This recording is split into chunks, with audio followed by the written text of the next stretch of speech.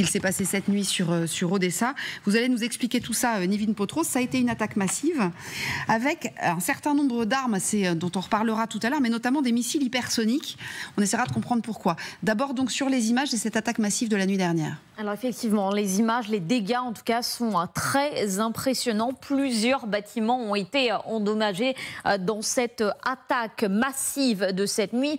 Des bâtiments ont donc été endommagés, des entrepôts de stockage de céréales ont également été détruits. 2 personnes qui travaillaient à l'intérieur de ces entrepôts ont été tuées. Le plus gros des dégâts se concentre sur la zone du port, plus précisément sur cet immense quai où se trouve l'hôtel Odessa et la gare maritime qui ont tous les deux été grandement impactés par l'attaque de cette nuit. Regardez par exemple cet avant-après de l'hôtel d'Odessa. Quasiment finalement l'intégralité des vitres ont été soufflées. Une très grande partie également de cet hôtel a été incendiée. Alors ce qu'il faut savoir, c'est que cet hôtel, il est très symbolique. D'abord parce qu'il est très haut, il mesure 19 étages.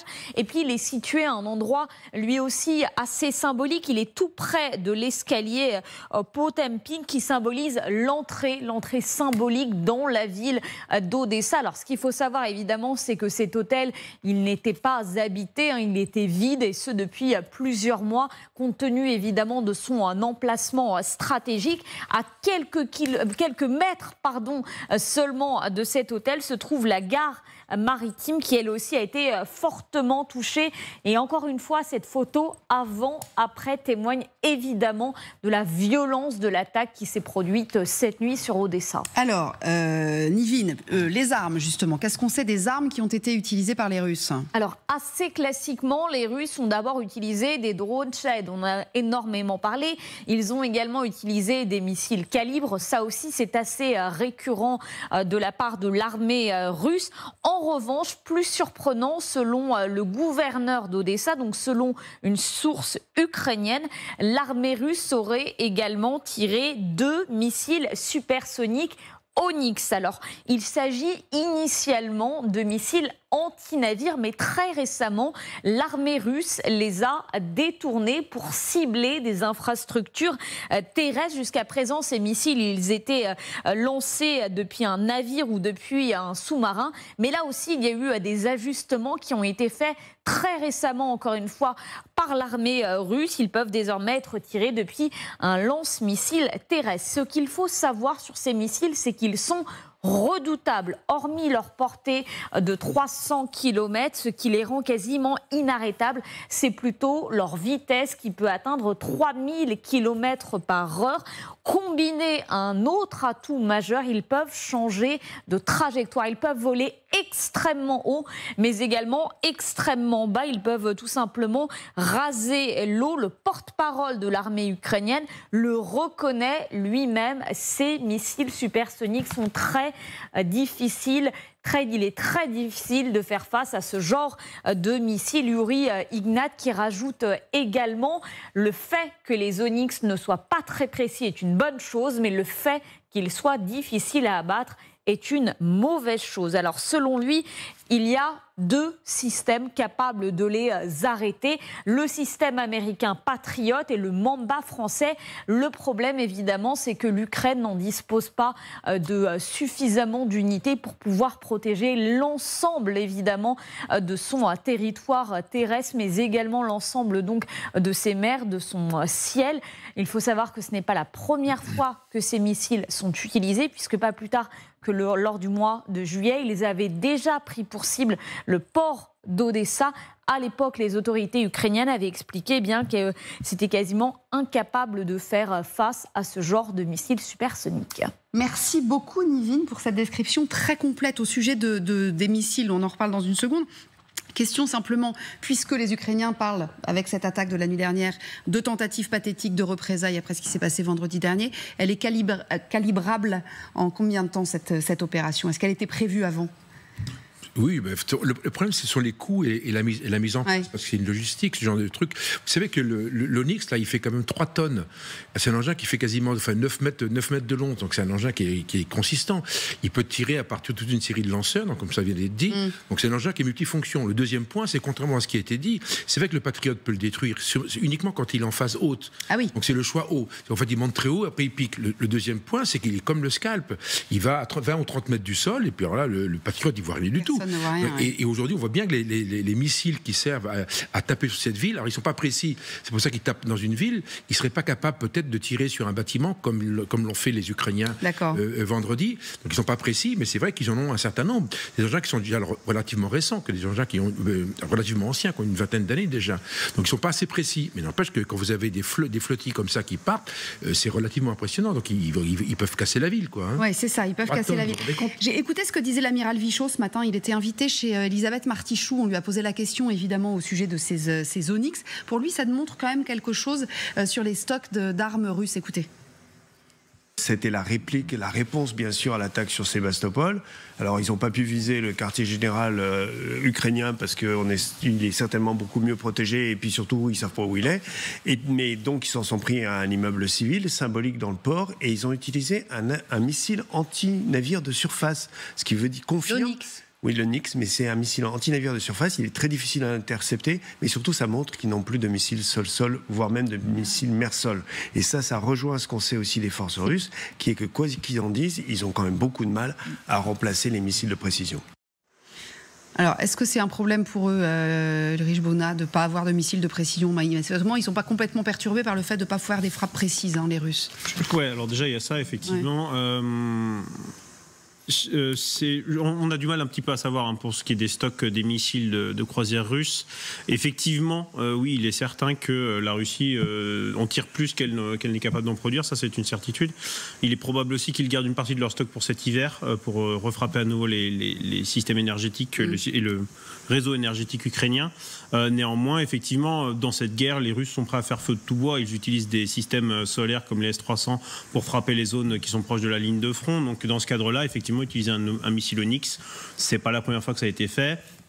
C'est un peu le reflet, effectivement, probablement de certaines limites capacitaires des Russes à fabriquer des missiles, mais néanmoins c'est aussi une volonté très claire en fait d'utiliser un petit peu tout ce qu'ils ont sous la main pour frapper la ville d'Odessa. Oui. Et pour le coup, effectivement, même si l'hôtel Odessa n'était pas, on va dire, probablement la cible principale, qui devait être probablement plutôt le port de commerce ou alors le QG qui est vraiment dans le cœur du centre-ville d'Odessa, ça reste quand même extrêmement symbolique pour tous les Odessites et tous les gens qui connaissent un peu cette ville. Ce bâtiment, il était iconique. On le voit effectivement depuis le haut des escaliers. Il y avait un bar extrêmement connu sur le toit. L'hôtel était désaffecté, mais il y avait un bar très connu sur le toit. Et donc, tous les gens qui connaissent Odessa et tous les Odessites ont été, je pense, extrêmement touchés en fait, de voir ce symbole un petit peu de la ville complètement ravagé. En fait. Ce missile supersonique, pour rejoindre ce que disait Ulrich et ce que disait le colonel tout à l'heure, c'est aussi utiliser les armes les plus destructrices possibles, quitte à ne pas prendre Odessa, autant la raser, quoi, en gros.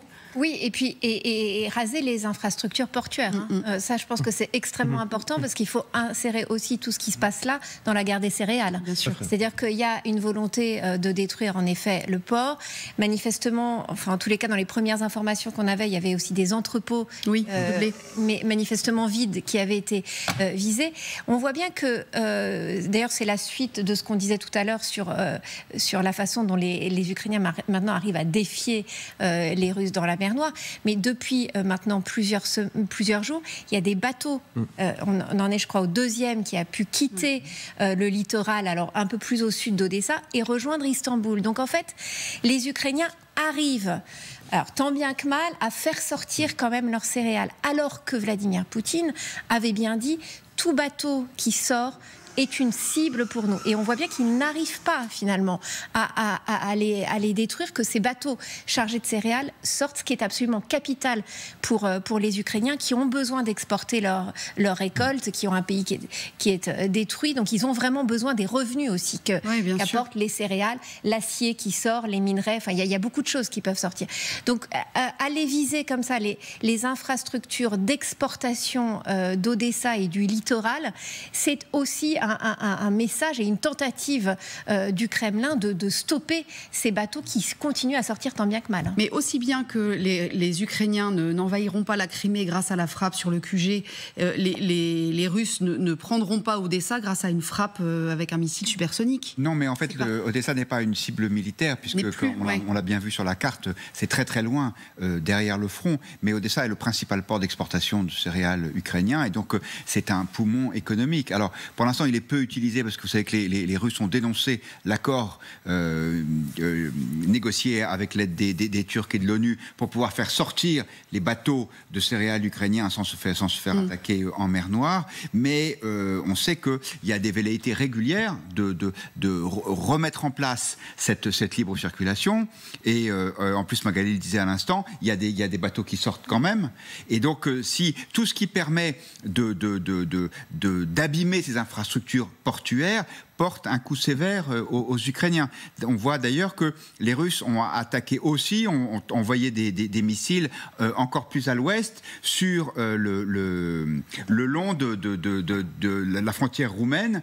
C'était du Danube. Voilà, c'était le long du Danube, puisque le Danube sert lui aussi de canal d'exportation pour les céréales ukrainiennes. Oui, bien sûr. Et je dirais, juste, j'ajouterais que c'est d'autant plus important pour eux d'essayer de taper ces infrastructures que, comme leur marine est en difficulté, le contrôle des bateaux en mer et leur éventuelle interception est de plus en plus difficile, vu que les Ukrainiens leur portent des coups sévères à la marine russe. Mais surtout que Odessa reprend une grande importance. Pourquoi ? Parce qu'on sait que les Polonais sont allergiques, si vous voulez, au transfert de céréales par le Danube. Donc là, il y a des tensions, et donc pour les Ukrainiens, c'est déterminant de pouvoir contrôler la mer Noire. Alors ils arrivent à le faire, comme vous dites fort justement, ils arrivent à le faire, puisqu'ils sont plutôt adroits, ils ont des bons renseignements, ils ont du bon matériel, mais en même temps, Odessa, c'est quand même... Odessa peut être rasé. Quand on voit ce que les Russes sont capables de faire dans les villes ukrainiennes, je veux dire, pour eux, c'est pas un problème. On l'a vu à Mariupol, c'était vraiment... C'est un peu plus grand. Mais enfin... J'ai une question quand même qui va peut-être vous sembler un peu naïve, mais puisque si effectivement ce chef de la marine russe, l'amiral dont on parlait tout à l'heure, est mort vendredi dernier dans une frappe avec une trentaine d'officiers qui sont peut-être son cabinet, qui sont peut-être des officiers supérieurs, on ne sait pas. Les frappes du jour, là, il y en a un certain nombre qui sont partis de sous-marins. Qui commande ? Ça veut dire qu'il a été remplacé immédiatement ? Qui dit d'appuyer sur le bouton ? Il y a toujours un adjoint qui quelque part. Vous savez, dans l'armée, l'avantage, c'est que c'est une pyramide de chefs, comme disait Lyoté. Donc, dès que vous avez un chef qui part, il y a un chef dessous. Enfin, il y a toujours une pyramide de chefs. Donc, ça fonctionne. Là, il y a 30 chefs qui sont partis. Ça fait beaucoup quand même. Non, mais c'est pas toujours au même endroit que ça se commande.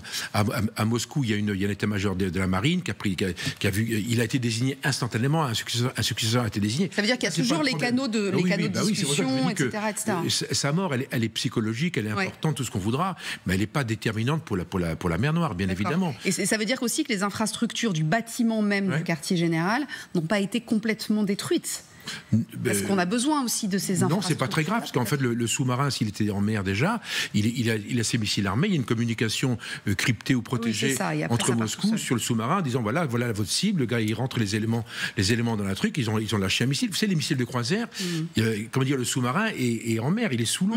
Donc il y a une trappe qui s'ouvre, et vous avez un missile qui sort, et il va aller à 15-20 mètres au-dessus, ou 30 mètres au-dessus de l'eau, puis après il va revenir au-dessus de l'eau, puis il va aller chercher sa cible.